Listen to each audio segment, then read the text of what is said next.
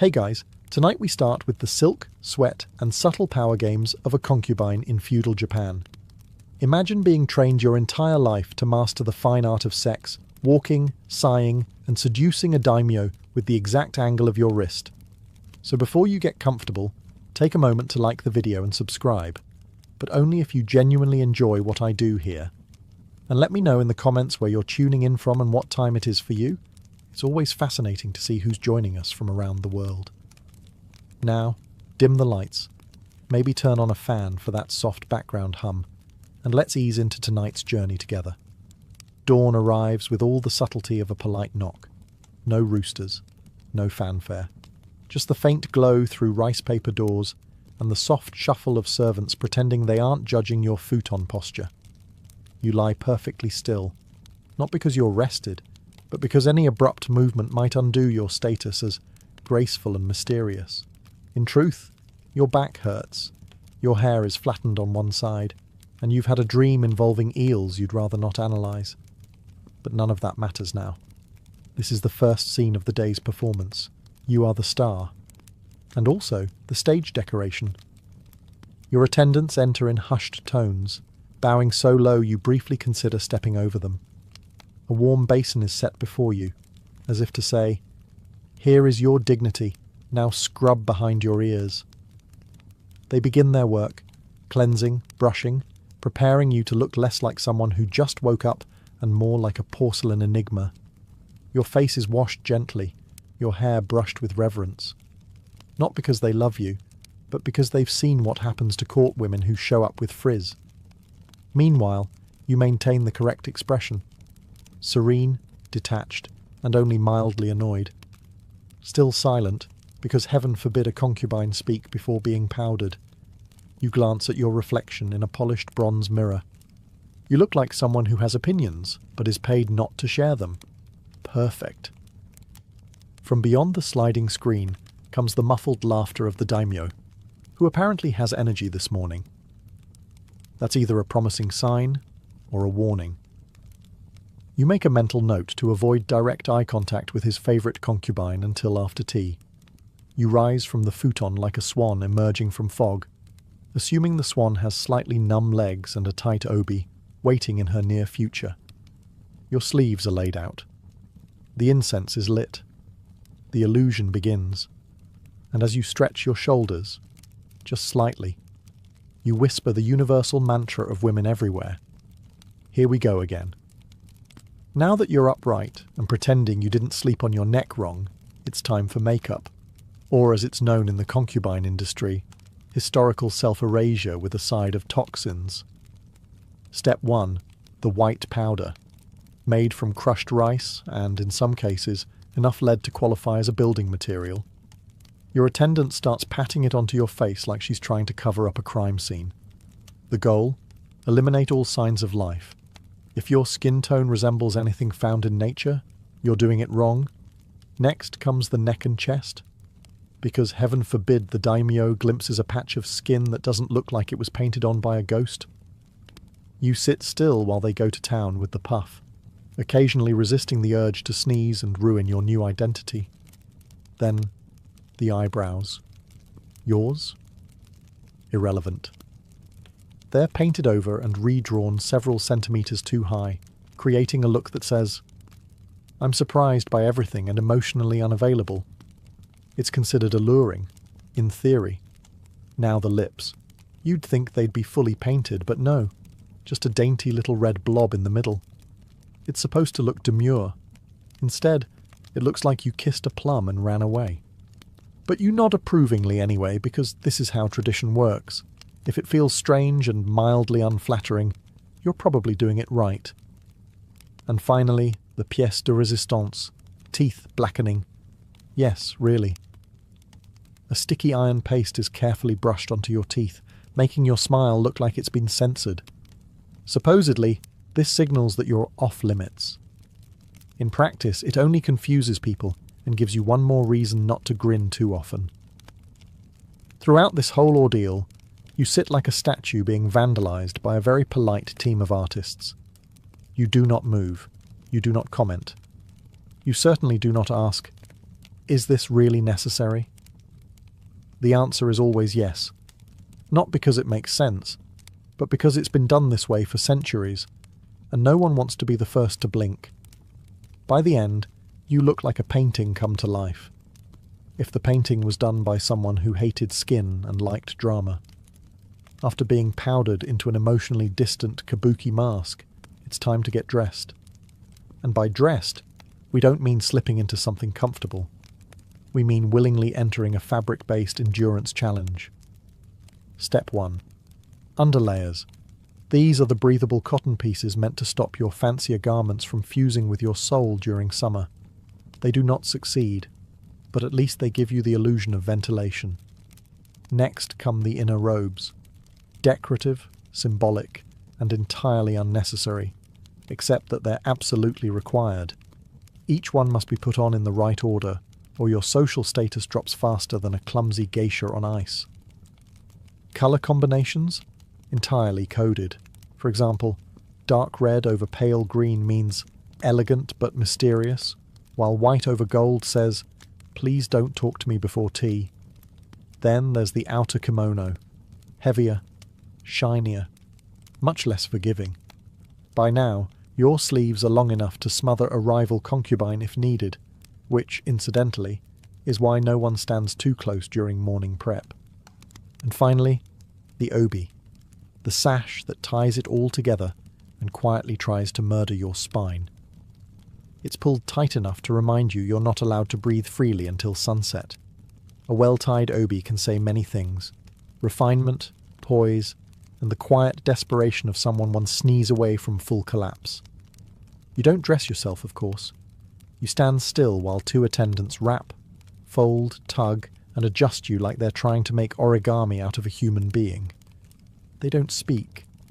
They just occasionally grunt when something doesn't lie flat. That grunt means, hold your arms higher. You learn the language. By the time they're done, you've lost all feeling in your ribs, but you look magnificent, like a walking imperial scroll with passive-aggressive eyes. And the real kicker? This is your daily outfit. You don't even have plans. You might just sit in the garden pretending to read poetry all day, but you must look like you're ready for a royal portrait or a spontaneous seduction, which, to be fair, is not off the table. You're fully dressed now, which is impressive, considering you're wearing more fabric than a small pavilion tent. Time for breakfast, or, as it's known in concubine circles, an exercise in restraint, posture, and not accidentally dipping your sleeve in the miso. You're seated on a cushion, legs tucked properly beneath you, which is charming if you're a folding fan, but a nightmare if you have knees. A tray is placed in front of you, precisely arranged. A bowl of rice, a sliver of grilled fish, 3 pickled vegetables, and a miso soup that looks like it's judging you. The portions are small because you are not here to bulk up. You are here to appear ethereal and faintly underfed, the way all good romantic metaphors do. Your job is to consume just enough to avoid collapsing, but not enough to imply you enjoy food. If you chew too enthusiastically, someone will raise an eyebrow. If you ask for seconds, someone will raise a scroll. Eating is done silently. No slurping, no sighing, and definitely no face contortions, even if the pickled plum just sucker-punched your molars. Everything must be graceful, a ballet of chopsticks and disappointment. Your kimono sleeves are enormous, so each bite involves a level of spatial awareness, usually reserved for swordplay. You develop techniques. Tuck the sleeve under your forearm, lean slightly sideways, pray it doesn't drag through the soup, and send a wave of fermented tofu across the tatami. All the while, attendants hover quietly. They won't say anything, but they're watching. Not in a creepy way, more in the "we'll gossip about this later" way. Every blink is noted. Every missed grain of rice is mentally catalogued under mild embarrassment. You finish, bow lightly, and set your chopsticks down with the kind of reverence usually reserved for sacred relics. Breakfast complete. Was it satisfying? Emotionally, no. Nutritionally, questionable. But spiritually, you feel lighter. That could be the food, or the fact that your obi is slowly cutting off circulation to your spine. Either way, you're ready for the next part of your day, which, spoiler alert, mostly involves waiting. Now that you've been powdered, robed, and fed something roughly the size of a toddler's snack, it's time for the concubine's primary daily task: waiting. But not just any waiting. Elegant waiting. Waiting that whispers, "Yes, I'm entirely free this afternoon, but in a powerful way." You can't roam the estate freely. Heavens no. That's how scandals happen. Instead, you sit in your designated space, a tastefully minimal garden room with a painted screen, a bonsai tree, and a strategically placed view of a koi pond that hasn't done anything interesting since last autumn. You sit. You wait. Occasionally, you adjust your posture so it looks like you're contemplating eternity, not fighting off a leg cramp. You're not allowed to look impatient. That's for merchants and wives. Concubines wait like they're doing you a favour. This wait could last 10 minutes, or 5 hours. The daimyo may summon you, or not. He might be with another woman, or reading war poetry, or just napping with his head on a very expensive pillow. The point is, you'll find out when someone tells you, or doesn't. To pass the time, you might compose a poem. Not a good one, just something vaguely sad about plum blossoms and unspoken longing. That's the genre. Bonus points if no one can tell who it's actually about. You could also play a shamisen. Softly, not too joyful. No one likes a concubine who seems excited. Of course, the other women are waiting too. Sometimes within sight, sometimes just out of earshot. It's a silent competition.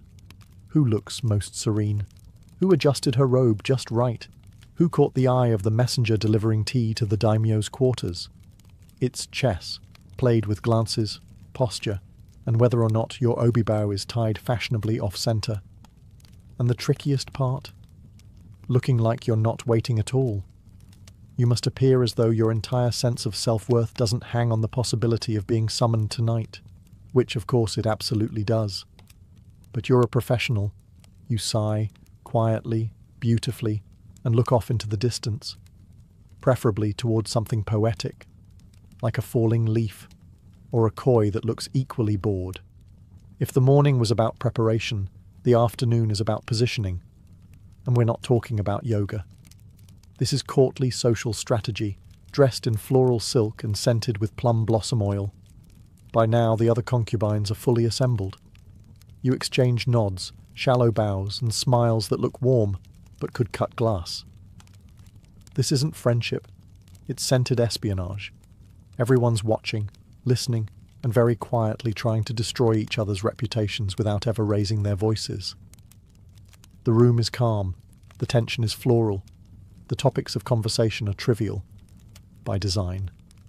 Lady Aiko's calligraphy has improved. Translation: she used to write like a drunken monk. The daimyo seemed very peaceful this morning. Translation: he didn't summon you, did he? And of course the classic, "You look radiant today," which actually means, "You look less dead than usual, congratulations." Compliments are verbal daggers sheathed in politeness. The sharper the smile, the more likely you're being insulted.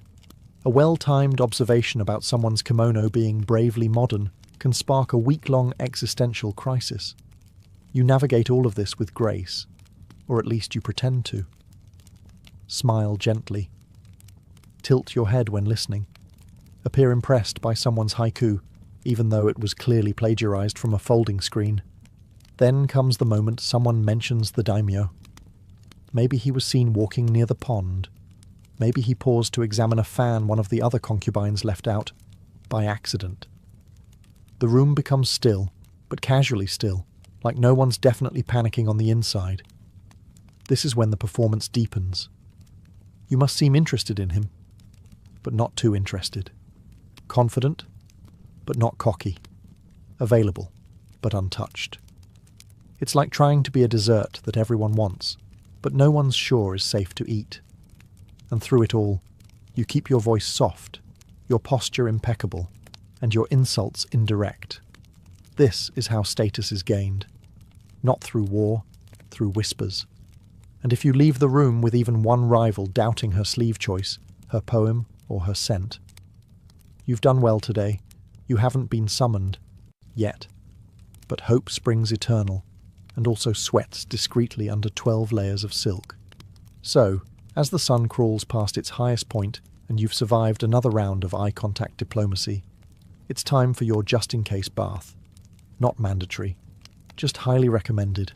In the same way it's recommended you don't smell like anxiety and pickled radish when entering a daimyo's private chamber. The bathhouse is quiet, steamy, and filled with the faint scent of yuzu peels and pressure. You undress with your attendant's help, because most concubines cannot single-handedly escape the labyrinth of ties, folds, knots, and moral restrictions that come with formal kimono wear. Once disrobed, finally free of the human upholstery, you step into the hot water. For a brief moment, you are no one. Not a symbol, not a strategy. Just a sweaty woman in a tub, wondering if she shaved her legs evenly enough for an aristocrat with questionable eyesight. You scrub, but not aggressively. There's a technique to this. You want to be clean, not desperate. A light scent is applied. Nothing too floral. You're not trying to smell like a geisha with something to prove. Just alluring enough to imply you own your own fan. Hair is re-oiled. Skin is dusted. Feet are checked for calluses because, yes, even your heels must be ready for inspection by men who haven't clipped their toenails since the last rice harvest. And all this might be for nothing. You may not be called. You may go back to your quarters and reapply all your powder, just to sit perfectly still while composing emotionally vague poetry about ducks. But if he does summon you, and you show up smelling like stress and raw tofu, scandalous. So you bathe. You prepare. You become soft and subtle and ever so mildly flammable with incense oil. Because being ready is part of the game, even if the invitation never arrives. And besides, the best revenge on the other concubines? Looking better than they do, while not even trying. It doesn't happen with trumpets. There's no scroll unrolled by a herald, no dramatic gong. The summons, when it finally comes, arrives the way most terrifying things do in high society. Politely. A soft knock, a bowed messenger, a single phrase. His lordship requests your presence. Translation? You've been chosen. Also, you have 20 minutes to mentally prepare, repowder, and spiritually detach. Your attendants spring into action. You, meanwhile, attempt to look neither smug nor nauseous. After all, this is a compliment. Possibly. It could mean he favours you, or it could mean his favourite is annoyed with him and you're the understudy. Either way, tonight, you're on stage. First comes reapplication. A fresh layer of powder to mask the existential dread, a tiny touch of rouge to say, alive but mysterious, and a careful adjustment of your outer kimono. You switch to the more expensive one, the one with cranes embroidered in flight, because nothing says, I'm worth undressing slowly, like symbolic birds in gold thread. Next, the hair. Already perfect, but you go over it again, just in case. You add a comb, not too flashy, and dab a little extra yuzu oil behind the ears. You smell like restraint and citrus ambition. As you walk toward his private chambers, the hallway stretches endlessly. Every step is measured. Not too fast, not too eager. You are a river, not a waterfall. Behind closed doors, rival concubines pretend not to notice. But they do. Oh, they do. You reach the inner room. A screen is slid open. You bow. Deeply. Elegantly. You're not nervous, just incredibly aware of every inch of your body and whether or not your lips are smudged. He greets you, or doesn't. Either way, you smile faintly. You're now in character. A favourite? A diversion? A muse for the evening? No one says. That's not how this works. You are here because you were chosen, and for the next few hours, you must be art, warmth, mystery, and convenience. And maybe, just maybe, unforgettable. But let's not get cocky yet. There's still tea to pour. Despite what the gossiping laundresses might say, a concubine's evening with the daimyo doesn't start with disrobing. It starts with ritual. Specifically, a slow, fragrant descent into flirtation so formal it might be mistaken for a tea ceremony with unresolved tension. You sit, not too close, not yet. There's a lacquered table between you, a pot of sake warming silently, and enough eye contact to fuel an entire haiku anthology. He pours you a cup. That's the cue. You sip it slowly, like it's not just fermented rice, but a coded invitation to be charming. Compliments begin, both ways. His robe? Magnificent. Your hair? Exquisite. No one mentions that you both know exactly how this night ends, but it's part of the charm to pretend otherwise. Conversation drifts, poetry, dreams, sometimes a story about a hawk he once saw that looked like destiny. You nod, intrigued, and not just because his hand is inching closer. You've heard the hawk story 3 times, but that's not the point. The point is tonight, you're the muse. Even if you're also the well-trained performer, there might be music, maybe a soft melody on the shamisen, not played by you, of course. You're busy holding the room's attention like a delicate fan, open, mysterious, and possibly sharp-edged. Now comes the touch, light at first, a hand brushing yours, a compliment about your scent, carefully phrased to imply admiration, not obsession. If he's in a poetic mood, he might compare you to a plum blossom caught in snow. If he's tired, you might get, "You look nice tonight." Either way, you smile and bow your head like he just recited love from Mount Fuji itself. Eventually the formality fades. The table is moved, the lights dim, the screen doors close, and you rise, slowly of course, to follow him into the adjoining chamber. This is not transactional. This is theatre. And your role? To be everything at once, desirable, graceful, compliant, and memorably alluring, without ever seeming like you were trying. No pressure. You just have to seduce a warlord using 3 centuries of etiquette and a strategically timed glance. Let's be clear. This isn't romance. This is a government-approved performance, featuring 2 leads, 0 dialogue, and a strong supporting cast of expectations. You enter the chamber like moonlight incarnate, or at least that's the goal. You kneel, bow, smile. You do not trip. That was last month. You've trained for this, literally. Months of lessons on posture, touch, breath control, and facial expressions that say, yes, I'm enjoying this, without ever crossing into anything as vulgar as honesty. The futon is simple. The bedding is clean. The air is scented with incense that promises serenity, though what it really offers is a faint tickle in your nostrils and the urgent need not to sneeze. He begins the ritual with touch. Soft at first, measured. He's testing the waters, or perhaps reminding himself which concubine you are. You respond accordingly, just enough to signal interest, never so much as to appear enthusiastic. Remember, mystery is sexy. Desperation is not. There's no conversation. That ended with the poetry. This? This is about presence. You're both in character now. He, the powerful lord. You, the willing flower who conveniently just bloomed tonight.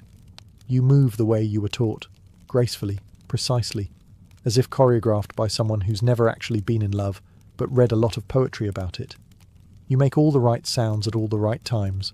Not too loud, not too silent. Just enough to let him know he's doing well. Even if you're mentally reorganizing your poetry scrolls. Eventually, it ends. Either in triumph, or in what you will later refer to as a gentle fade-out. He may say something, he may not. You smile either way. You rise, redress and bow, carefully hiding the pins that left indentations in your scalp and the cramp that started somewhere in Act 2. And then you leave. You do not look back. You do not ask how it was. You do not ask if he remembers your name. Because this was not for connection. This was for position. And tonight, you had it. For now. He's asleep, sprawled out across the futon like a man who's just conquered a province and not, say, fallen asleep immediately after moderate effort. You lie beside him, eyes open, spine straight, mind racing. Not because you're overwhelmed with emotion, but because this part, the afterglow, is where the real mental gymnastics begin. Did you do well? Was your hair still in place? Did he like the part where you tilted your head just so? Should you have moaned a bit more, or was that one breath too loud? These are the questions you won't ask, but will obsessively review like a general analysing battlefield losses. You can't move yet? Leaving too soon seems cold.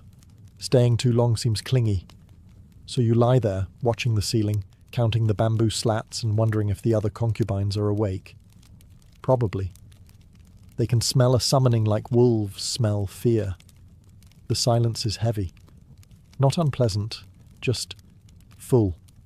Full of unsaid things, unasked questions, and the faint hope that you've earned yourself a slightly better breakfast tray tomorrow. He might mumble something, a compliment, a name, hopefully yours. You nod in the dark, even if he's already snoring like a man who's never had to sleep with his dignity folded inside his obi. Eventually you rise. Quietly. The graceful post-coital exit is a delicate thing. You gather your robe, tie your sash, and straighten your hair just enough to look like a woman who glows from mystery, not sweat. There's no one in the corridor, but you walk like they're all watching. Because in this place they always are. Your footsteps are soft. Your face is neutral. Your heart, tucked away, locked up, behind your very best performance yet. You return to your quarters. Someone has already lit the lamp. The tea is warm. You drink it without tasting it. You sit down, alone. And only then do you exhale. You don't know if tonight meant anything. You don't know if he'll remember it, or you, tomorrow. But at the very least you know this. You were chosen. And in this world, that is currency. Even if it only lasts until sunrise. You wake up early, again. Not because you're refreshed, but because concubines don't get to sleep in. That's for wives, or men, or mythical creatures with no political rivals. The futon you fell into last night feels smaller, or maybe you're just aware of how little space you actually occupy in the palace's hierarchy. A decorative presence wrapped in brocade and tightly controlled expectations. Your attendants enter, eyes politely avoiding yours. No one says anything about where you were last night, but they all know. The scent of incense lingers faintly on your skin, and your hair is only slightly messier than the standard, unapproachable cloud of perfection look. They begin the process anew. Powder, comb, fold. Reconstruct the masterpiece that is your public face, which is remarkably similar to yesterday's masterpiece, with the only real difference being your increased awareness of how exhausting beauty actually is. The silence between you and your attendants is companionable, if also tinged with quiet judgment. One might cough, ever so lightly. Another might casually mention that Lady Keiko received a rare silk comb this morning. You nod. The game is back on. There's no debrief. No recap. You don't tell anyone how the daimyo smelled faintly of plum wine, or how he said something vaguely poetic before falling asleep mid-sentence. You certainly don't mention that you're now second-guessing every moment of eye contact. That would be unseemly. Instead, you sit once again in your chamber, composed, refined, preparing for another day of passive warfare disguised as floral arrangement critiques and shamisen practice. You sip tea. You write half a poem. You stare at a crane outside the window and wonder what it feels like to fly away from all of this while wearing only one layer of clothing. By now, news will have travelled. Everyone knows you were summoned. Everyone is recalculating, including you, because that's what being a concubine really means. Balancing emotion with calculation, intimacy with strategy, and desire with absolute silence. You smooth your sleeve. You breathe.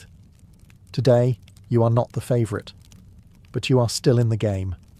And in this palace, survival looks an awful lot like stillness in silk. You don't need ears to hear gossip in a palace. You just need functioning intuition and a decent understanding of passive-aggressive phrasing. Within an hour of sunrise, Your name has floated through at least 3 courtyards, 2 tea rooms, and a suspiciously loud flower arranging session. No one says it directly, of course. They say things like, "How radiant Lady So-and-so seems this morning," which means she's glowing because she got chosen, and we're all pretending not to notice. I wonder if his lordship prefers traditional poetry or livelier company these days. Translation: she probably recited something dumb and still got picked. Unbelievable. You hear these things in passing, snippets whispered behind fans or dropped into casual conversations like little poison seeds. It's impressive in a way, like watching trained assassins throw shade with floral metaphors. Your job? Stay quiet. Say nothing. Smile faintly, the way a cat does when it knows something you don't.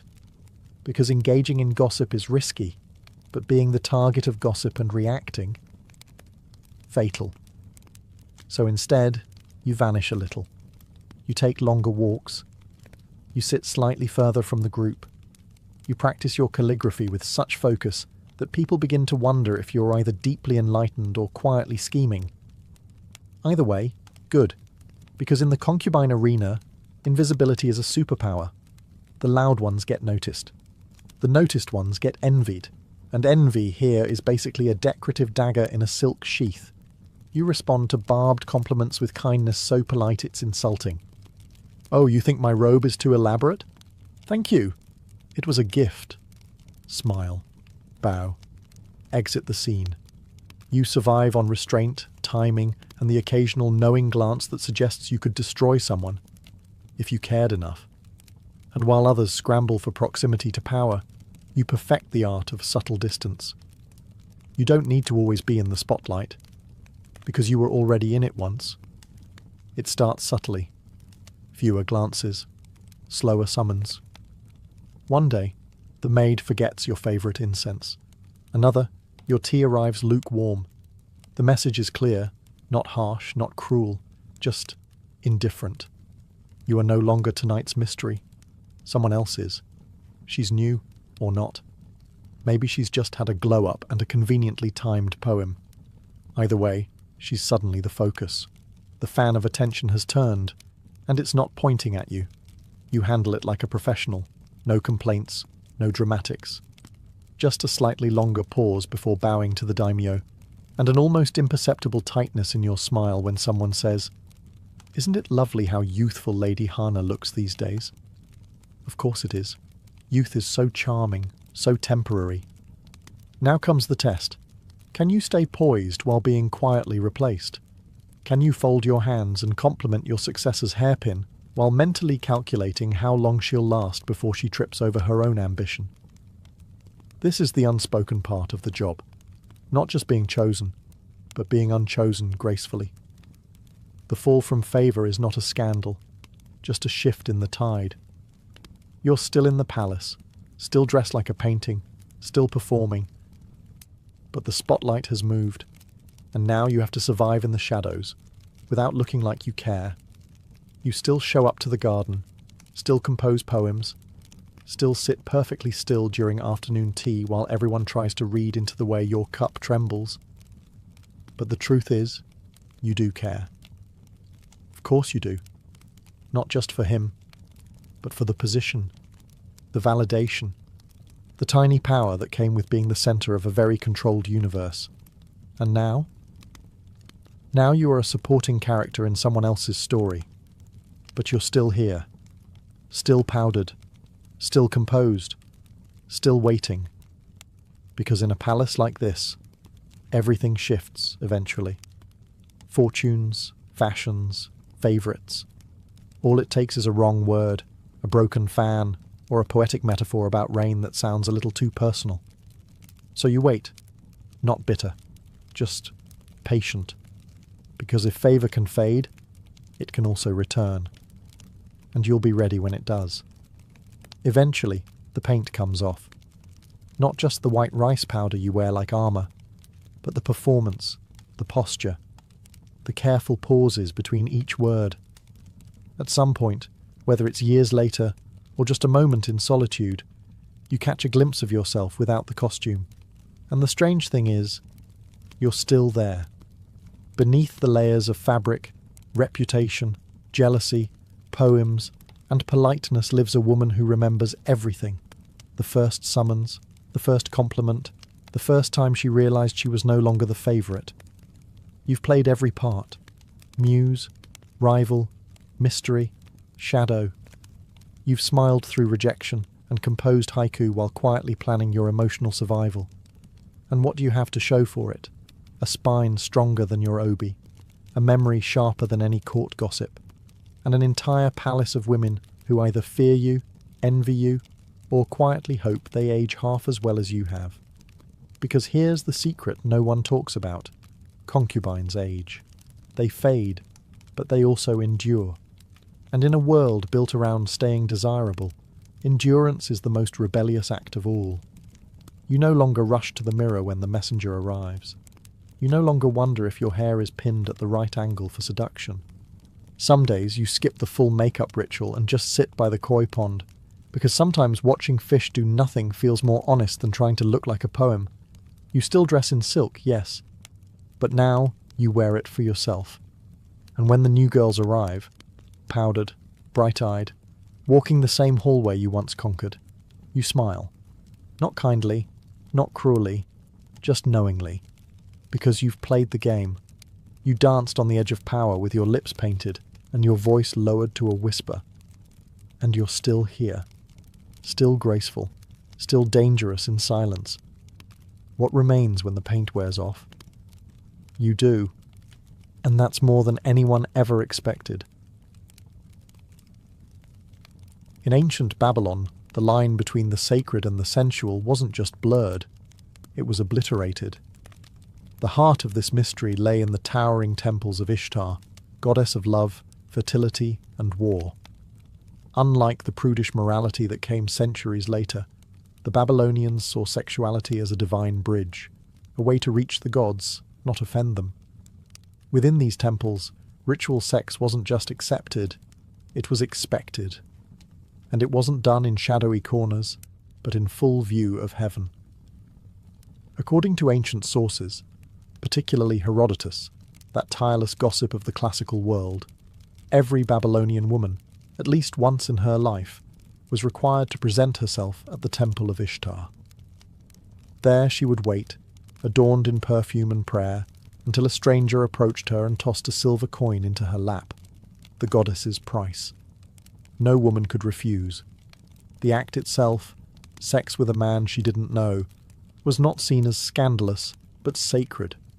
A public sacrifice of her body for the good of the cosmos. The temple was not a brothel, not in the way we understand it. It was more like a stage, where religion and desire played out rituals older than kings. And the women who served there, the Nadtu, weren't lowly. Many were priestesses, or daughters of nobility, cloaked in silks and mystery. Their duties were spiritual, ecstatic, and yes, sexual. The idea was simple and utterly radical. By engaging in sex under the gaze of the gods, fertility was invoked, divine favour was won, and cosmic order was maintained.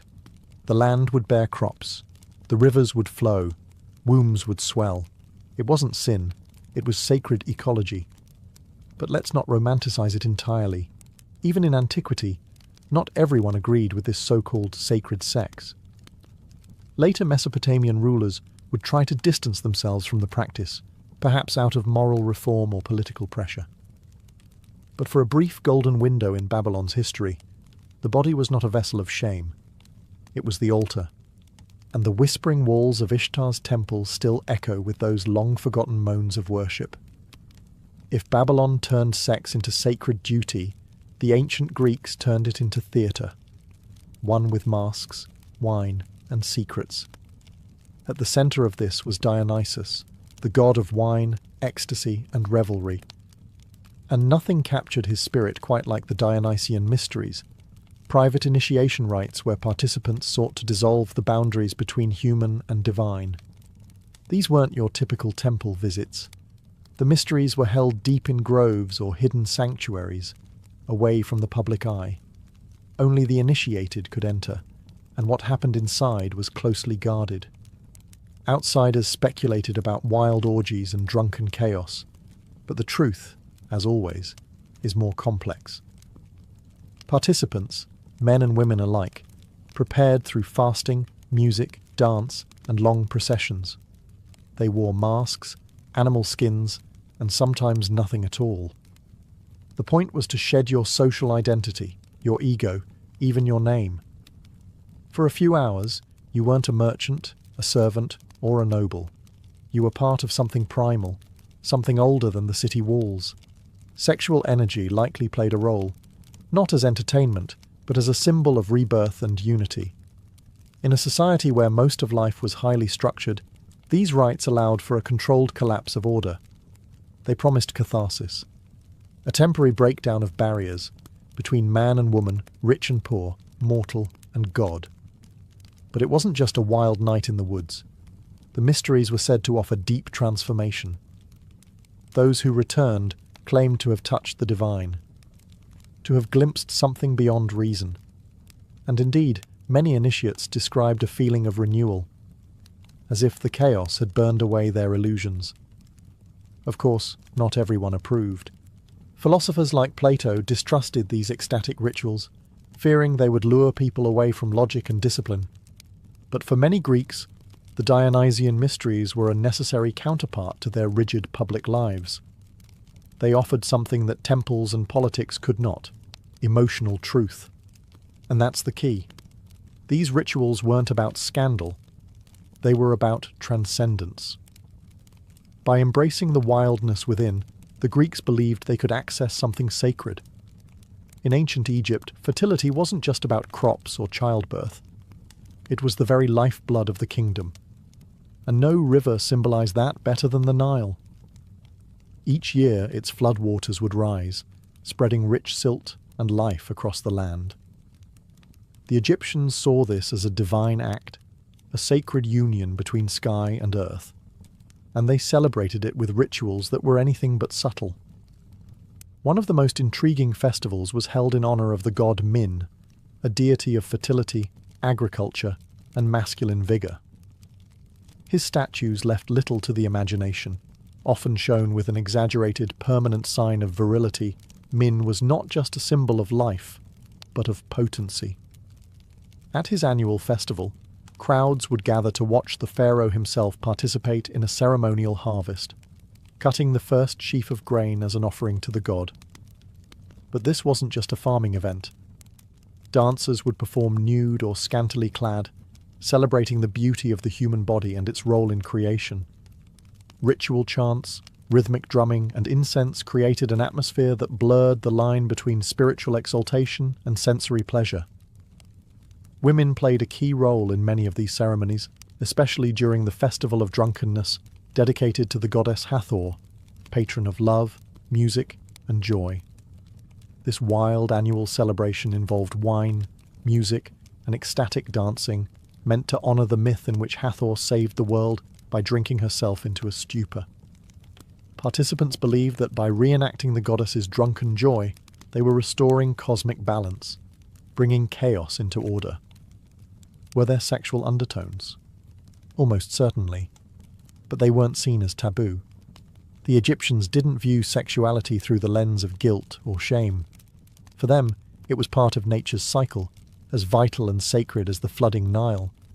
In fact, some healing temples even included rituals where fertility problems were addressed, not just with herbs, but through symbolic acts involving touch, suggestion, or sacred role-play, overseen by temple staff who acted as intermediaries between human and divine. In ancient Egypt, to embrace pleasure was not indulgence, it was alignment with the gods, and every kiss of the Nile reminded them that life, at its core, was a sensual gift from the divine. Ah, Rome, where even chaos had structure. And nowhere was that more evident than in Lupercalia, the annual fertility festival held each February beneath the Palatine Hill. What began as a wild rural rite in honor of shepherd gods morphed into one of the strangest public celebrations in Roman history. One part purification, one part party, and more than a little bit of provocative theatre. The ritual honoured Lupercus, a god associated with fertility and the protection of livestock. But the origin myth went deeper. The cave of Lupercal was said to be the very spot where Romulus and Remus, the twin founders of Rome, were suckled by a she-wolf, and that primal symbolism bled into the celebration itself. At the heart of the festivities were the Luperci, a group of young men chosen to represent wild, untamed energy. Clad in little more than goat skins, or sometimes nothing at all, they would run through the streets, playfully striking women with strips of hide called februa. Far from being offended, women actively sought out the lashes. Being struck was believed to enhance fertility, ease childbirth, and even increase sensual vitality.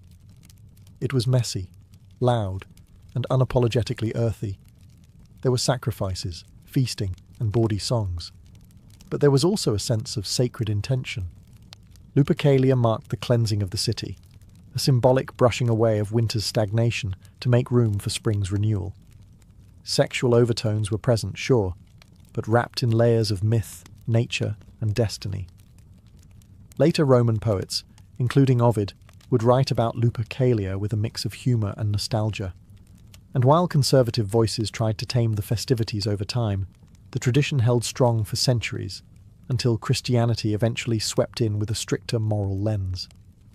Interestingly, some historians suggest that Valentine's Day may have grown from the ashes of Lupercalia, transformed from goatskin rites to paper hearts.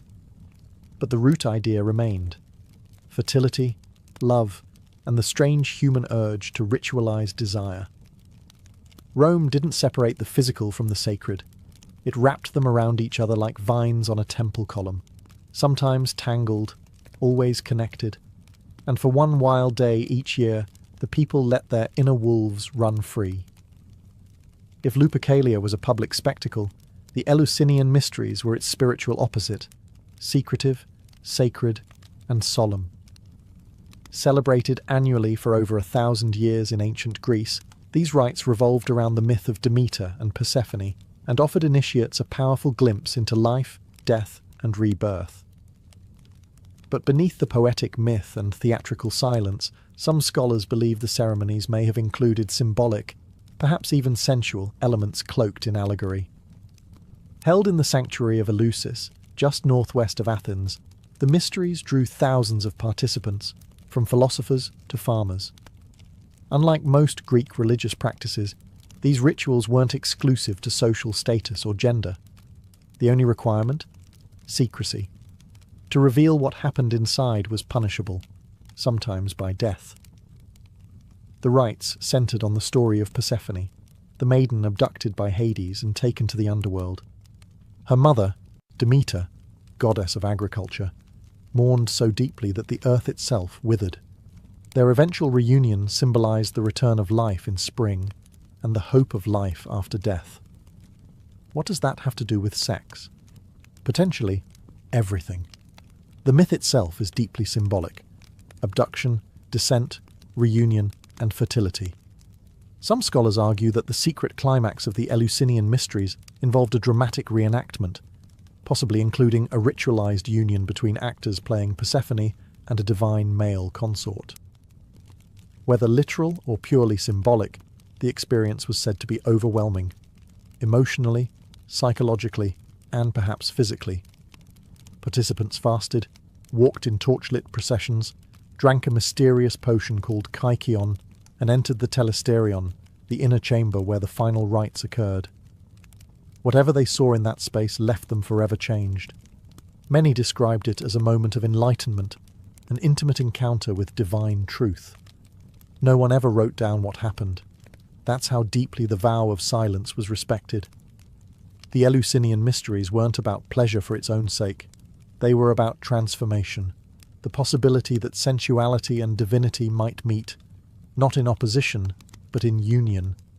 In a world where death was a constant presence, Eleusis offered hope, that perhaps through darkness came light, through descent, return, and through sacred union, eternal renewal. While Western rites often wrapped sensuality in myth or secrecy, ancient India took a more direct and more spiritual approach. Enter Tantra, a complex, often misunderstood tradition that regarded sexual energy not as a sin, but as a sacred force, a divine spark that, if harnessed properly, could lead to enlightenment. Tantra is not a single religion or doctrine. It emerged across various schools of Hinduism and Buddhism, evolving over centuries. At its core, however, is the belief that the physical and spiritual worlds are not separate. To reach the divine, one doesn't escape the body, one fully inhabits it. Some tantric sects developed intricate rituals designed to transform everyday acts, eating, breathing, even intimacy, into paths toward liberation. Among the most famous and most controversial of these were the tantric sex rites, which involved carefully structured encounters between partners. These weren't about indulgence, they were sacred ceremonies performed with meditation, breath control, and chants. Every movement had symbolic meaning. Every moment was intentional. The male represented Shiva, stillness, consciousness. The female embodied Shakti, energy, creation. Their union mirrored the merging of opposites, the eternal dance between chaos and order, spirit and matter. The goal wasn't pleasure, but transcendence, a glimpse of divinity through the lens of desire. But let's clear up a common myth. Not all Tantra involved sexual rituals. In fact, most tantric practices were deeply ascetic. Chanting, visualizations, yoga, and intense focus were central. The sexual aspect, when present, was just one doorway among many, and often shrouded in layers of symbolism that made its meaning difficult to decode. That said, some texts like the Kama Sutra, often mistaken for a mere manual of positions, were rooted in the same worldview. Pleasure wasn't condemned. It was studied, refined, and placed within a larger spiritual system. In medieval temples such as Khajuraho and Konark, sculptures of intertwined lovers adorn the stone walls, not as decoration but as declaration. The path to the sacred runs through the senses. To ancient tantrics, desire was not a distraction, it was fuel, and when lit with wisdom and reverence, it could burn a path straight to the heart of the universe. Before Babylon, before Egypt's golden dynasties, there was Sumer, one of the world's first civilizations. And in its bustling temple complexes, particularly in the city of Uruk, the roots of sacred sexuality were already growing. At the heart of it all was the goddess Inanna, later known as Ishtar, and her enigmatic priestesses, women whose bodies were vessels for divine power. These women were not ordinary prostitutes. They were known as hierodules, sacred servants. Their sexuality was ritualized, honored, and seen as part of the cosmic order. In Sumerian texts and hymns, Inanna is described as a passionate, sensuous deity who celebrated love, fertility, and pleasure. Her temple ceremonies reflected this ethos, the merging of the spiritual and physical into a single, holistic form of worship. One of the most fascinating rituals believed to have taken place was the sacred marriage rite. Each year, during the New Year festival, the king of the land would symbolically marry the goddess through a high priestess. The ceremony involved music, offerings, poetry, and, according to many scholars, physical union. This wasn't seen as mere spectacle. It was the centerpiece of the city's renewal. By reenacting the goddess's divine union with her lover Dumuzi, the king was legitimized, the crops were blessed, and the cycle of life was renewed. Even outside this major event, sacred sexuality was part of the rhythm of temple life. The priestesses of Inanna were trained in music, dance, incantation, and the arts of love. For those who sought spiritual purification or divine favor, union with a hierodule was thought to bring healing, insight, or fertility. It was a rite, not a transaction. The role wasn't without complexity. Some of these women held powerful positions and lived within the protective walls of the temple. while others may have existed on its periphery, vulnerable to exploitation. Over time, the sacred faded, and later empires painted these practices in less favourable light, collapsing the divine into the profane. But in ancient Sumer, the body wasn't something to repress. It was a channel, through which the divine flowed like river water across fertile earth. And in the sacred chambers of Inanna, love was more than emotion. It was ritual. Far from the temples of the Near East and the mystic rituals of India, the ancient Celts celebrated fertility with fire, freedom, and forests. Their sacred festival was called Beltane, held on the eve of May, a liminal time between spring and summer, when the boundaries between the natural and supernatural blurred. It was a celebration of life, growth, and desire, and it was anything but modest. The Celts believed that the world pulsed with spiritual energy, spirits in trees, rivers, stones. And during Beltane, the energy of reproduction and rebirth reached its peak. Large bonfires were lit across hilltops, symbolizing purification and protection. People would dance around the flames, leap through the smoke for blessings, and even lead livestock between twin fires to guard them from illness in the coming season. But it was what happened after the firelight dimmed that gave Beltane its legendary reputation. Unmarried men and women would venture into the woods together for what was known as greenwood marriages. These were temporary unions, free from societal rules, and often consummated under the stars. It wasn't considered scandalous. Quite the opposite. These encounters were viewed as sacred acts aligned with the fertility of the earth. To join with a partner on Beltane night was to participate in the cosmic rhythms of nature, to mirror the union of the Earth Mother and the horned god, the divine masculine and feminine. Some accounts suggest that even married couples might briefly suspend their vows for the night, not out of infidelity, but out of reverence for tradition and renewal. Children conceived during Beltane were sometimes called children of the fire, believed to be blessed with strength and vitality. It was a festival where rules softened, desire was acknowledged, and life itself was celebrated in its rawest form. There were no temples. Nature was the altar, the forest the bedchamber, the flame the witness. With the arrival of Christianity, many of these practices were condemned or suppressed. But echoes of Beltane survive in modern May Day rituals, folk dances, and quiet whispers of the old ways. By the time Christianity spread across Europe and the Near East, the sacred sexuality of the ancient world faced a quiet extinction. What had once been ritual, performed in temples, forests, and festivals, was increasingly rebranded as sin. The body, once seen as a vessel of divine energy, was recast as a source of temptation. Pleasure became something to be resisted, not revered. But the shift didn't happen overnight. In its earliest days, Christianity wasn't yet the institutional power it would become. It grew in the margins, among mystics, ascetics, and radical thinkers. Some of these early sects, like the Gnostics, held beliefs that echoed older spiritual systems. They saw the physical world, including sexuality, as a metaphor for higher truths. Some Gnostic texts even framed the union of male and female as a mirror of the divine unity between spiritual opposites, reminiscent of tantric ideas from India or the symbolic marriages of Sumer.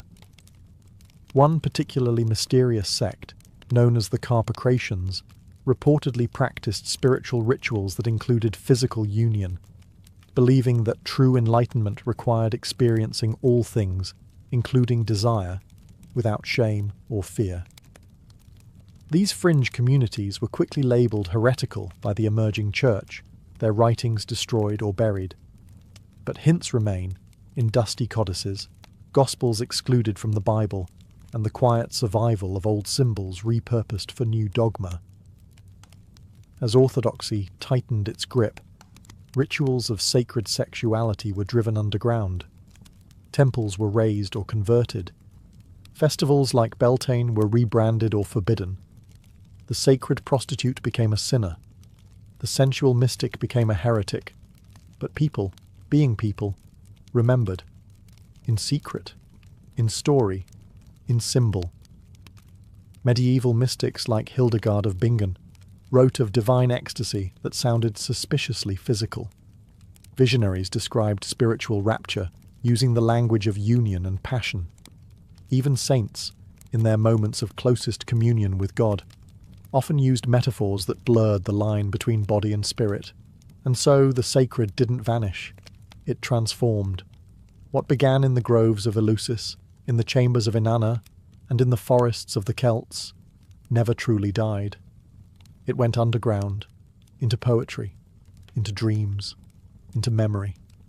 Because while temples can be destroyed and rituals forbidden, the human longing to merge the physical with the divine, that's eternal. In the shadowed corridors of ancient Athens, where reason was supposed to triumph over vengeance, poison was handed down in a cup. In 399 BCE, the philosopher Socrates, one of the most influential minds in Western thought, was sentenced to death. Not by sword nor by exile, but by hemlock. It was a strange trial from the start. Socrates, a man who owned no property, wrote no books, and claimed to know nothing, was accused of corrupting the youth and introducing new gods. In truth, he had become a thorn in the side of the Athenian elite, questioning authority, mocking self-proclaimed wise men, and teaching his students to do the same. His very method, asking relentless questions, was seen not as education, but as sedition. The court offered him alternatives. He could suggest a lighter punishment, a fine, exile, anything. But Socrates, as stubborn in death as in life, refused to beg. Instead, he proposed something absurd, that he be rewarded for his service to Athens. The jury was not amused. The sentence, death by hemlock. Hemlock was no dramatic assassin's blade. It was clinical, efficient. A slow paralysis that began in the limbs and crept upward until it reached the heart. No blood, no screams, just silence. On the final day, surrounded by friends and students, Socrates was cheerful. He bathed, said goodbye to his children, and took the poison with calm resignation. As the cold numbness reached his legs, he continued to speak about the immortality of the soul, discussing death not as an end, but as a transition. His followers wept. Socrates did not. He died with his mind intact, a final lesson in control, conviction, and principle. He could have escaped. His supporters had arranged it. But he chose to obey the law, even the unjust one, believing that undermining the city's order would do more harm than his death. And so Athens rid itself of its greatest critic, not with chains or torture, but with a cup of tea brewed from a lethal root. In killing Socrates, they didn't silence him. They made him immortal. Hemlock didn't stop his voice. It amplified it through time. When you think of Cleopatra, you likely picture the seductress queen, draped in silk, whispering Latin to Julius Caesar and Greek to Mark Antony. But beyond the politics and poetry, Cleopatra was also a student of science, particularly toxicology. She wasn't just beautiful. She was dangerous in ways few suspected. As ruler of Egypt, Cleopatra had access to one of the greatest libraries of the ancient world, and within those scrolls were secrets not just of the stars and gods, but of poisons, venoms, and their effects on the body and mind. She reportedly maintained a personal laboratory, and even conducted experiments on prisoners, testing various concoctions to observe which toxins killed quickly, which caused agony, and which left no trace. She wasn't cruel for the sake of cruelty. In her world, poison was politics. It was preparation. Cleopatra didn't trust blades or battles to do the job when a drop of venom could be faster, quieter, and more precise. Assassination by poison was the scalpel in the toolkit of rulers, and Cleopatra was a surgeon. She studied nightshade, strychnine, hemlock, and aconite. She experimented with mixtures of snake venom and herbs. Some poisons caused hallucinations. Others mimicked illness. Some killed within moments. Others took hours, allowing time for confessions or blame to be redirected. And then, of course, there's the asp, the snake she supposedly used to end her own life. Legend says that when Octavian, later Augustus Caesar, conquered Egypt, Cleopatra refused to be paraded through Rome as a captive. Instead, she clasped an asp to her breast and allowed the venom to claim her. But even this death is debated. Some historians believe she may have swallowed a fast-acting poison hidden in a hairpin or ointment. After all, Cleopatra would have known which poisons caused convulsions and which brought a graceful death. The asp may have simply been the perfect symbol, a quiet sting for a queen too proud to be caged. To Cleopatra, poison wasn't a crime. It was control. It was the art of deciding who lives, who dies, and how history would remember her. And if her enemies underestimated her because of her charm, they often never lived long enough to regret it. In the Roman Empire, power didn't just corrupt, it poisoned. Literally. Behind the golden columns of the imperial palace, poison became the preferred method for eliminating rivals. No messy civil wars, no public executions, just a cup of wine, a bowl of figs, and a corpse before dessert.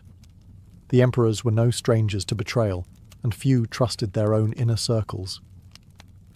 In the 1st century CE, under the rule of Emperor Claudius, poison entered its golden age, thanks to one woman, Locusta, Rome's most infamous professional poisoner.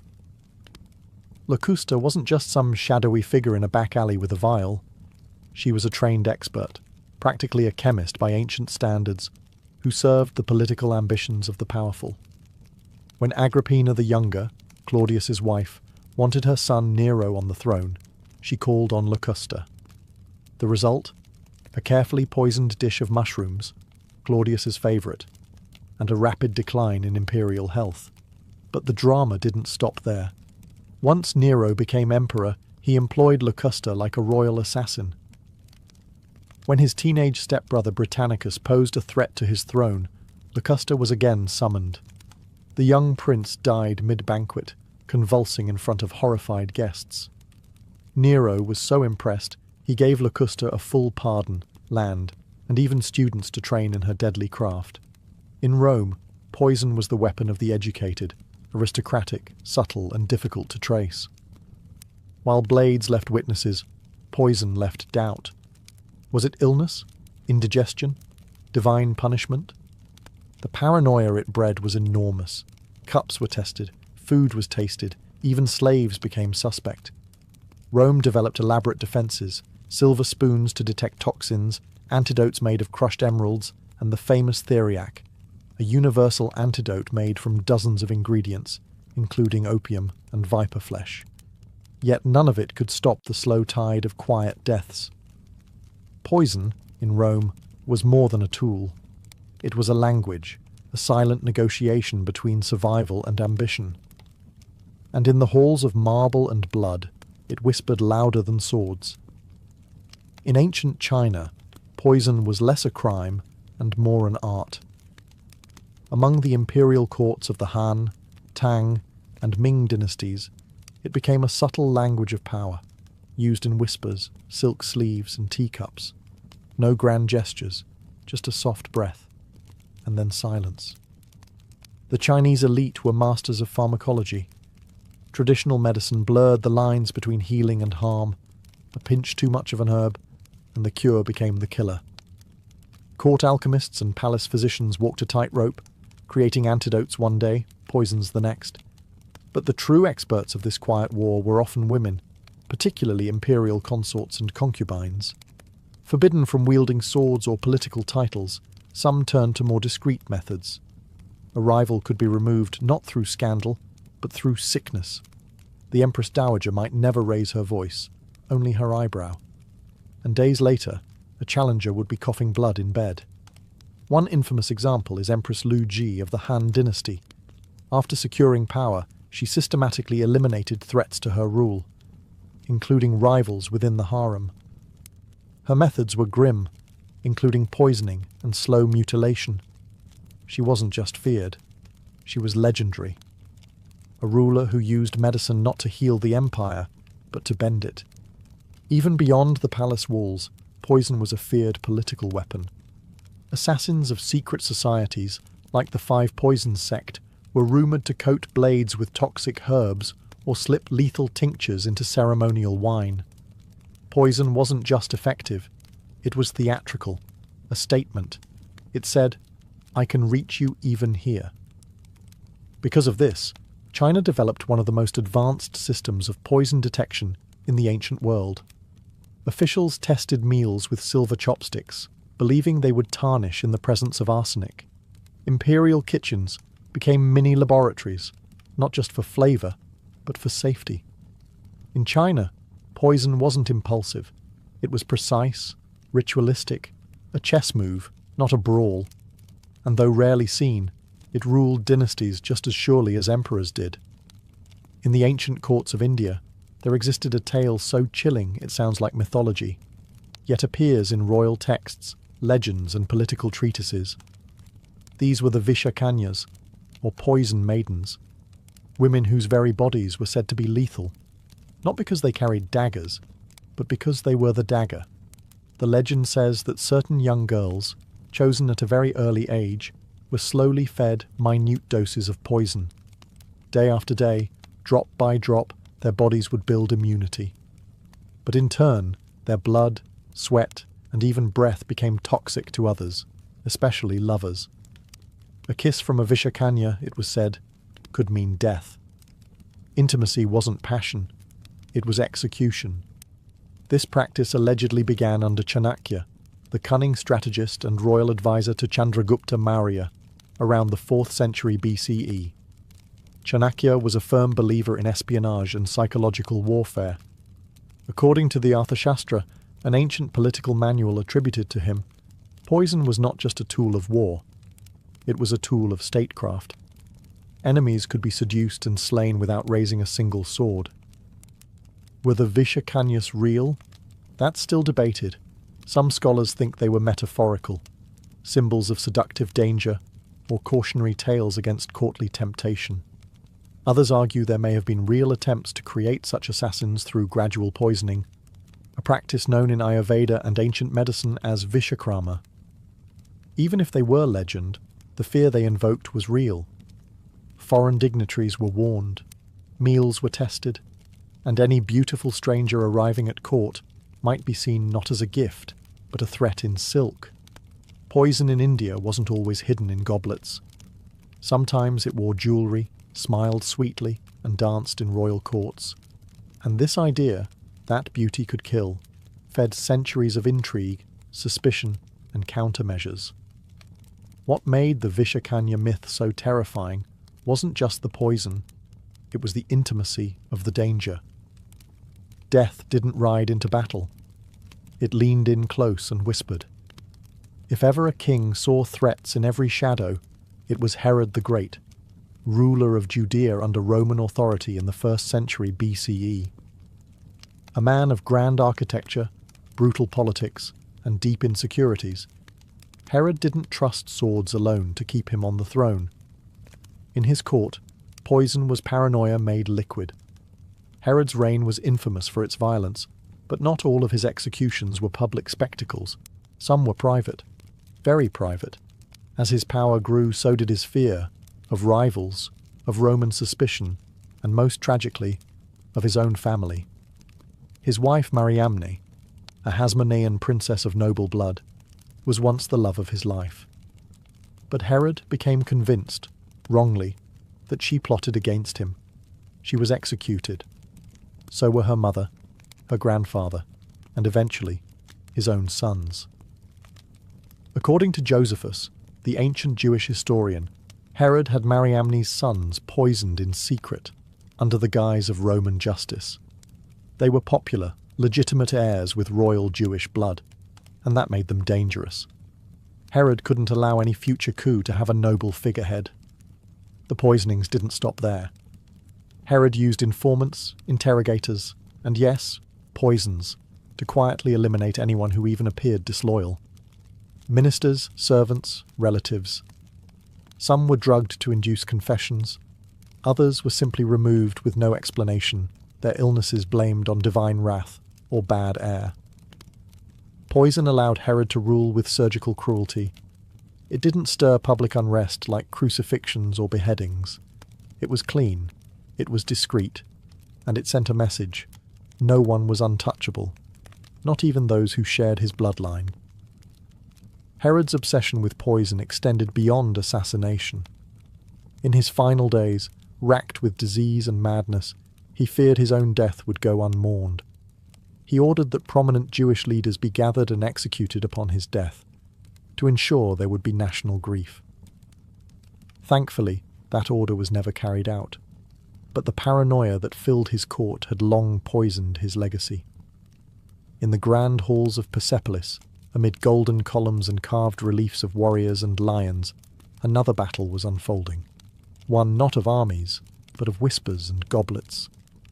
In the Achaemenid Empire, where kings ruled continents, poison became a tool of refinement, elegant, deadly, and often invisible. The Persian court under kings like Darius the Great and Xerxes was a place of opulence and ceremony. But it was also a hive of political manoeuvring, palace rivalries, and dynastic ambition. With dozens of wives, concubines, sons, satraps, and generals all vying for influence, poison was the quiet equalizer.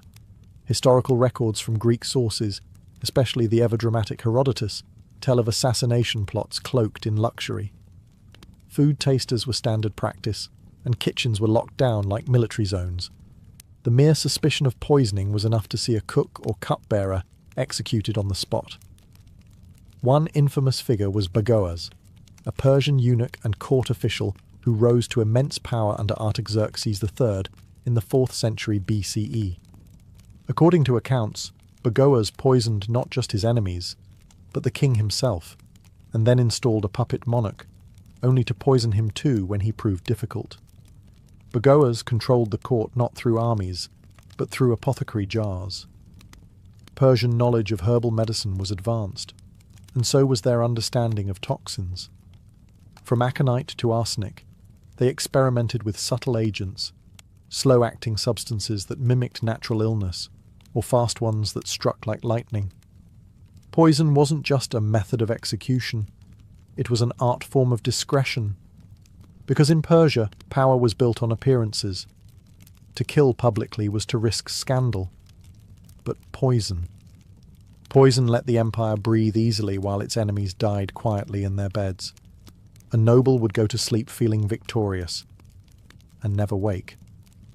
Even Alexander the Great's death, which occurred shortly after conquering Persia, was rumoured to be from a poison derived from Eastern knowledge, slipped into his wine during a banquet in Babylon. Whether true or not, the suspicion reveals the reputation Persians held for invisible warfare. In the Achaemenid Empire, kings reigned through image, wealth, and order.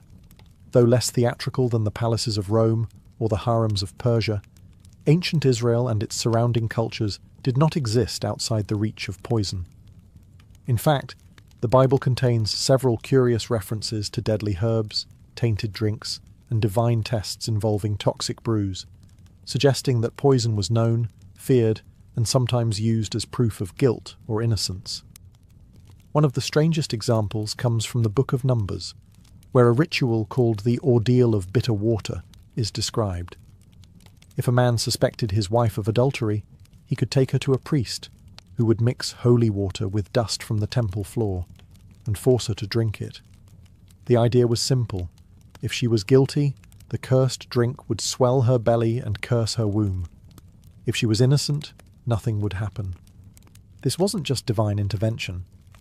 It was an early form of trial by poison, a dangerous liquid used not to kill outright, but to provoke a reaction and extract truth. Elsewhere in Scripture, poison appears more metaphorically, but still with dark weight. In Deuteronomy, the land of Israel is warned against worshipping false gods, with threats that the people's food and water would be cursed. Gall and wormwood, both known in antiquity for their bitterness and toxicity. In Job, poison is compared to injustice, and in the Psalms the wicked are said to have poison under their tongues, a symbol of deception and deadly intent. There's also Herod, who appears in the New Testament and whose reputation for poison we covered earlier, linking biblical history with the greater story of toxic politics in the ancient world. While we don't see dramatic assassinations by poison in the core biblical texts, the awareness of its power was certainly there. The Hebrews lived among empires where poison was a courtly art, and they adapted their own legal and spiritual interpretations to fit that dangerous reality. Across the empires of antiquity, from the halls of Athens to the sands of Egypt, from the palaces of Rome to the forests of India, one weapon remained universal, elegant, and terrifying: poison. It required no army. It left no battlefield. It killed without noise, without witnesses, and often without blame.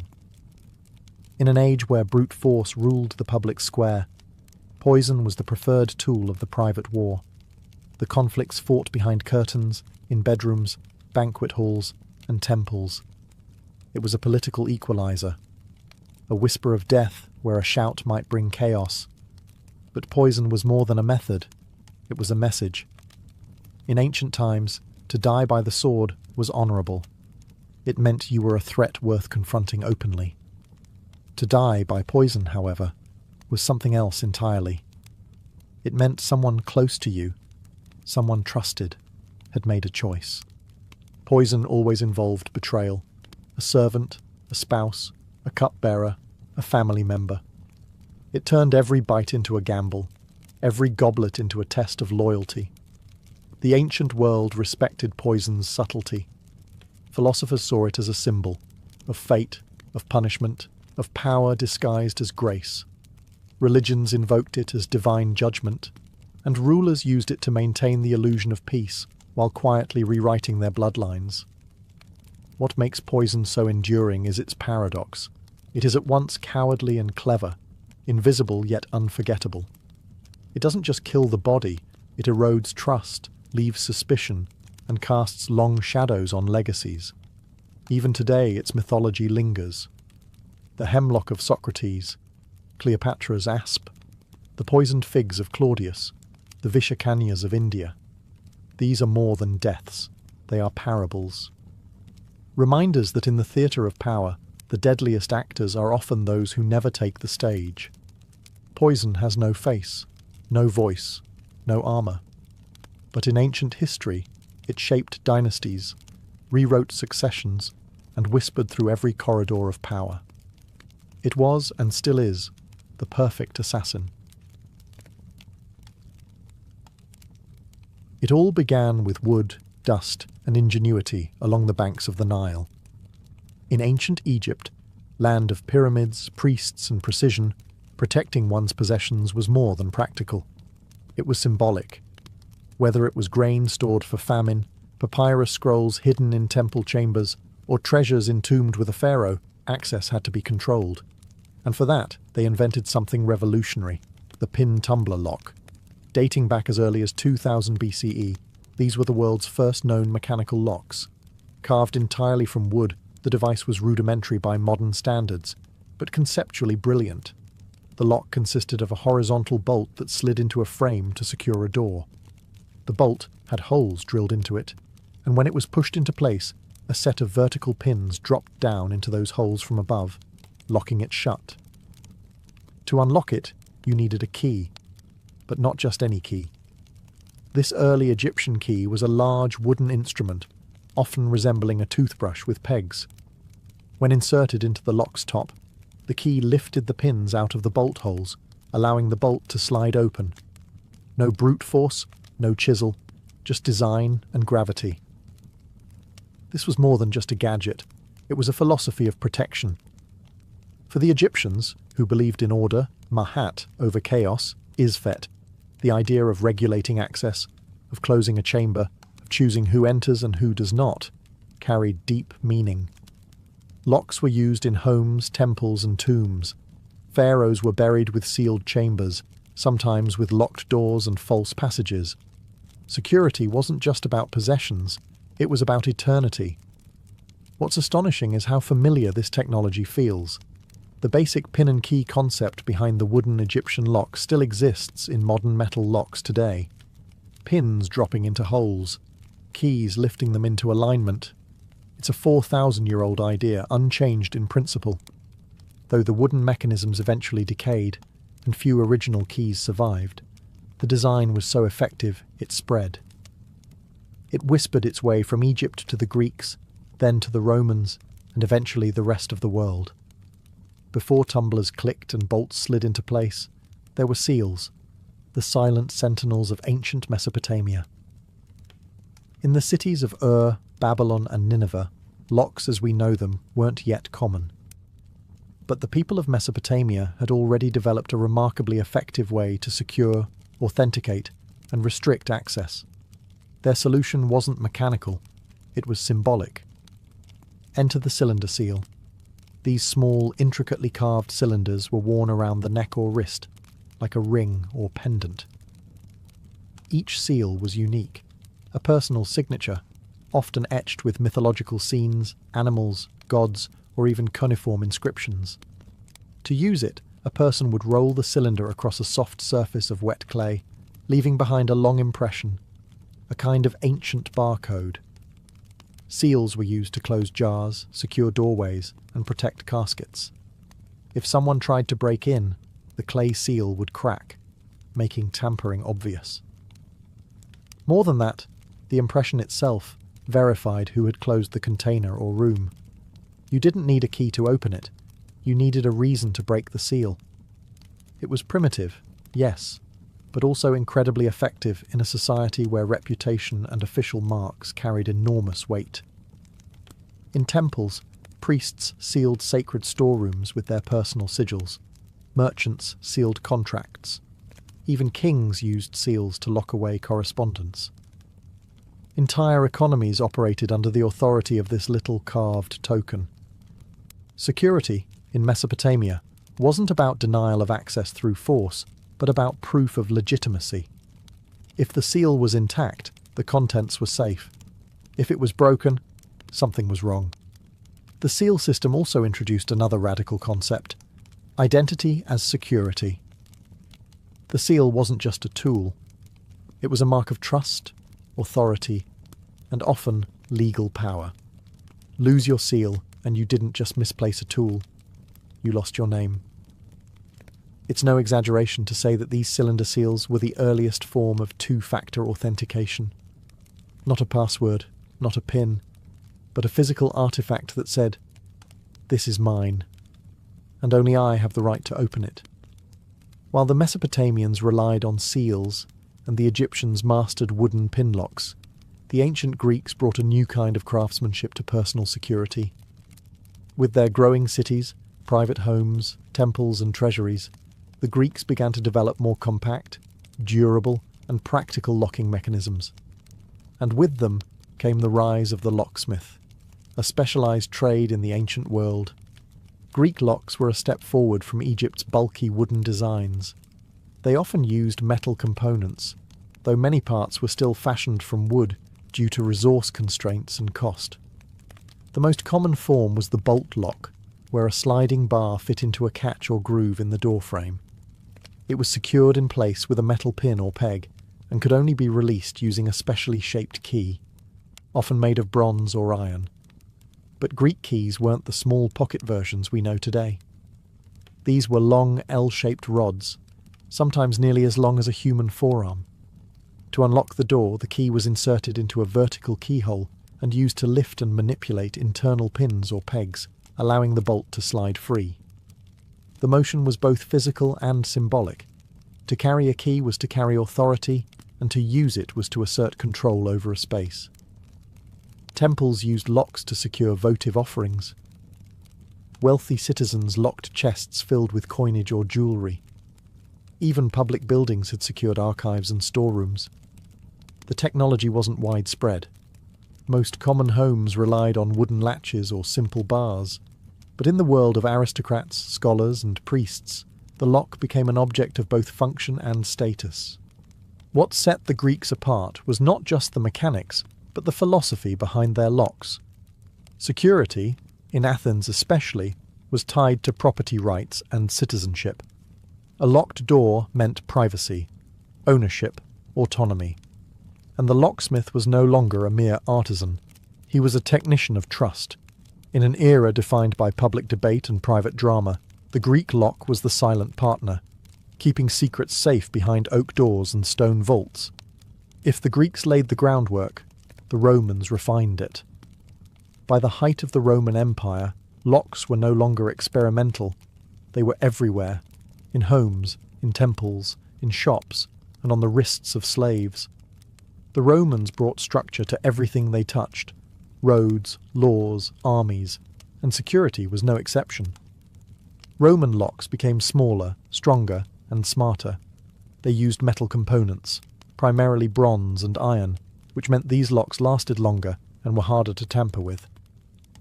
The most common type was the warded lock, a system where only a key with the correct notches could rotate within the lock to move the bolt. The wards were fixed internal obstacles, and if your key didn't have the right cuts, it simply wouldn't turn. This led to the invention of the skeleton key, a stripped-down key that could bypass the wards in simpler locks. Romans loved this trick. So did thieves. But the real marvel was the Roman puzzle lock. Small, intricately crafted mechanisms often built into boxes or chests. These locks required not just the right key, but sometimes a sequence of movements or pressure points to unlock. Some even used false keyholes to throw off would-be intruders. These were the ancient world's version of a combination safe. Roman keys themselves were often small and elegant, sometimes worn as rings, a convenient blend of utility and jewellery. It was common for Roman citizens to wear their keys on their fingers as a status symbol. If you had a key, it meant you owned something worth locking up. Interestingly, some locks were also placed on slave collars, marked with inscriptions like, "If found, return to master." These locks weren't protecting treasure, they were enforcing ownership. Chilling, but a reminder that security in Rome wasn't always about valuables, it was also about power. The Roman Empire's approach to locks wasn't just practical, it was personal. Keys were made to fit your lock and no one else's. They protected not just gold, but letters, heirlooms, recipes, and sometimes secrets. While the West refined its keys and bolts, the East was quietly crafting elegant mechanical marvels of its own. In ancient China, lockmaking wasn't just a matter of utility. It was a reflection of balance, precision, and sometimes even spiritual harmony. By the Zhou dynasty, around 1000 BCE, Chinese artisans were producing all-metal locks, often made from bronze and later iron. These were compact, portable, and mechanically sophisticated. Unlike the large, visible systems used in Egypt or Greece, Chinese locks were designed to be discreet and efficient, often built into chests, cabinets, and even gates. The most iconic form was the Chinese padlock, or suo. These were usually barrel-shaped or rectangular, with a flat key inserted from one end. Inside, a series of spring-loaded tumblers or pins would align when the right key was inserted, allowing the bolt to slide free. Sound familiar? It should. The pin tumbler design mirrored the same logic the Egyptians had pioneered centuries earlier, but the Chinese took it further by miniaturizing it and improving durability. Some locks were shaped like animals or mythical creatures, dragons, tigers, turtles, combining practical use with symbolic protection. A tiger-shaped lock on your chest wasn't just security, it was spiritual defense. The design conveyed power, guardianship, and often luck. China also developed trick locks, early versions of puzzle locks that required multiple steps or deceptive angles to open.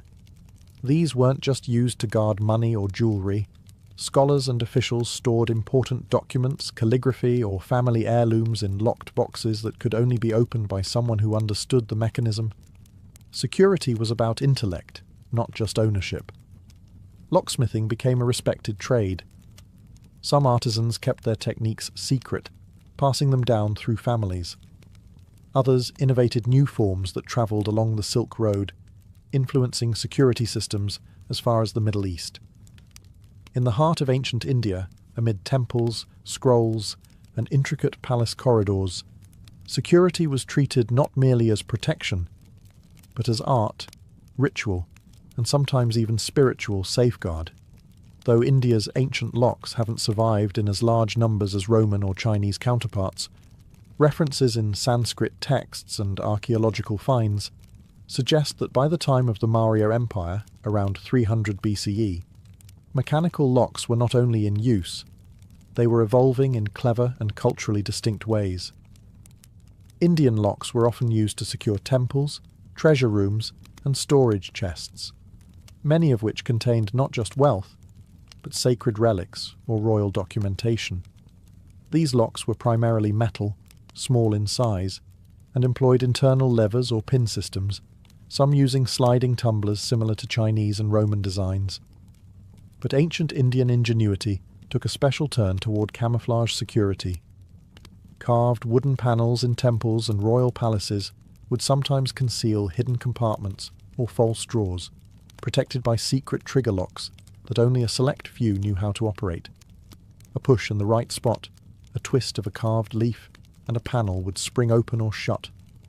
Some of these mechanisms still baffle modern restorers, built with such precision and mystery that they border on architectural riddles. Sanskrit texts like the Arthashastra, a political and economic treatise from the Maurya era, detail the importance of guarding information, treasure, and royal property using secret rooms, double doors, and disguised locks. These weren't just mechanical, they were psychological. The idea was not only to keep intruders out, but to prevent them from even realizing something needed protecting. Locks in India were also deeply symbolic. A temple gate might be locked not just for security, but as part of a ritual cycle, opened only on auspicious days. Certain lock designs incorporated lotus flowers, serpents, or sacred geometry, acting as both deterrent and blessing. In Indian philosophy, protection wasn't always about confrontation. It was about redirection, illusion, and wisdom. In the misty forests and icy fjords of ancient northern Europe, locks weren't simply tools of convenience. They were statements of territory, symbols of ownership, and at times, charms against the unknown. Among the Celts, whose societies flourished across Iron Age Britain and Gaul, security was more practical than ornamental. Their homes and granaries often relied on heavy wooden bars, iron door rings, and sliding bolts. Yet archaeological digs at Celtic sites have unearthed padlocks and keys, often simple in design, but made with surprising precision. Early evidence of iron-forged warded locks, much like those used in the Roman world. It's likely that these technologies spread through contact with Roman traders or occupying forces. But for the Celts, protection wasn't always mechanical. It was spiritual. Homes were guarded with charms, symbols, and ritual markings on thresholds to ward off not just thieves, but spirits. A locked door may have kept out raiders, but a carved triskel or hanging amulet was meant to keep out mischievous fairies or vengeful ghosts. In their worldview, security wasn't just physical, it was cosmic. The Norse, too, took locks seriously, especially when it came to storage and seafaring. Viking ships and chests were often equipped with iron padlocks designed to withstand weather, theft, and sabotage. Some Norse keys were found with burial goods shaped like serpents, axes, or even miniature Thor's hammers. These were both functional tools and symbols of authority. To carry a key was to own, command, and protect. Women in Viking society often held the keys to the household, quite literally. Archaeological finds show women buried with elaborate key rings and belt-hung lockpicks. In a way, the key wasn't just about entry. It was status, trust, and identity. Interestingly, Norse mythology itself touches on locking and unlocking. The gods used runes to seal doors, and certain spells were designed to bind or unbind fate, echoing the symbolic power of locks beyond the physical world. So while the North may not have had the ornate puzzle locks of Rome or the philosophical elegance of China, their locks told their own story, one forged in iron, tradition, and superstition. As the Western Roman Empire crumbled, the Byzantine Empire rose in the east, carrying forward Roman engineering and its love for locks. But Byzantium didn't just preserve ancient designs, it refined them, combining Roman mechanics with Eastern elegance, while passing on security technology into the Islamic Golden Age. Byzantine locks were often miniature masterpieces. Their padlocks, shaped like animals, crosses, or abstract patterns, were made from bronze or iron and used advanced ward systems that required precisely cut keys. Many Byzantine locks incorporated rotating bolts, spring-loaded mechanisms, and false keyholes, laying the groundwork for modern puzzle locks. The tradition of wearing keys as badges of status continued. Bishops and abbots often carried ceremonial keys to churches and archives, emphasizing access as sacred privilege. But it was in the Islamic caliphates, especially during the Abbasid era, that the science of security blossomed into both art and innovation. Building on knowledge from Persia, India, Greece, and Rome, Islamic craftsmen elevated lockmaking to a highly respected trade. The Abbasids, ruling from Baghdad, developed extremely sophisticated lock systems, some with 4 or 5 internal levers, intricate tumblers, and even early combination mechanisms. Their padlocks were both beautiful and cunning. Brass locks shaped like lions, fish, or birds were not only functional, they were statements. Arabic inscriptions often adorned the sides, praising Allah or stating the owner's name, fusing faith, identity, and security. Islamic scholars also wrote treatises on mechanical devices. Al-Jazari, the 12th century Muslim inventor, famously documented dozens of mechanisms, including water clocks and automatic locks, some of which involved complex gears and hidden triggers. He is often regarded as one of the earliest mechanical engineers in history, and many of his principles still inform lockmaking today. Meanwhile, Islamic markets and palaces relied on these evolving locks to secure everything from treasure chests and religious relics to library doors and merchant stalls. In a time when science and theology walked hand in hand, a well-made lock wasn't just protection. It was a reflection of divine order and human mastery. By the end of antiquity, locks had evolved far beyond bolts and bars. They had become symbols of civilization itself, tools that reflected a society's values, fears, and ambitions. Whether forged in iron, carved in wood, or hidden behind sacred geometry, ancient locks weren't just about keeping things out. They were about deciding who got to come in. From the wooden pin tumblers of Egypt to the mechanical puzzles of Byzantium, every culture added a layer to the story.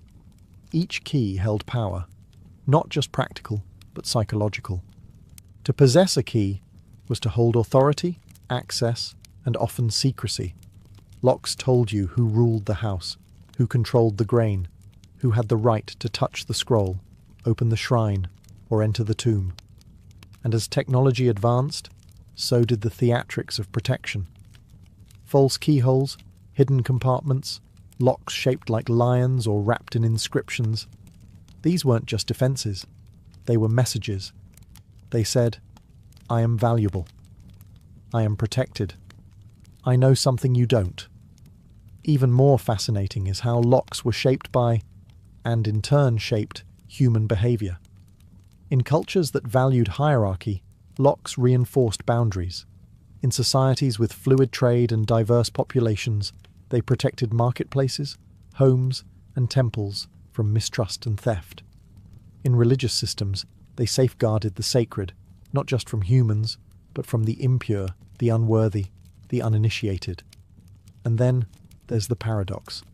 The more advanced locks became, the more lockpickers followed. Just as every civilization developed better security, others learned how to bypass it. The cat-and-mouse game we know today, it started thousands of years ago in a Mesopotamian grain vault or a Roman merchant's chest. Ultimately, ancient locks offer more than a glimpse into engineering. They give us insight into the human condition, our desire for safety, our tendency toward suspicion, our need to draw lines between public and private, and our relentless drive to protect what we value.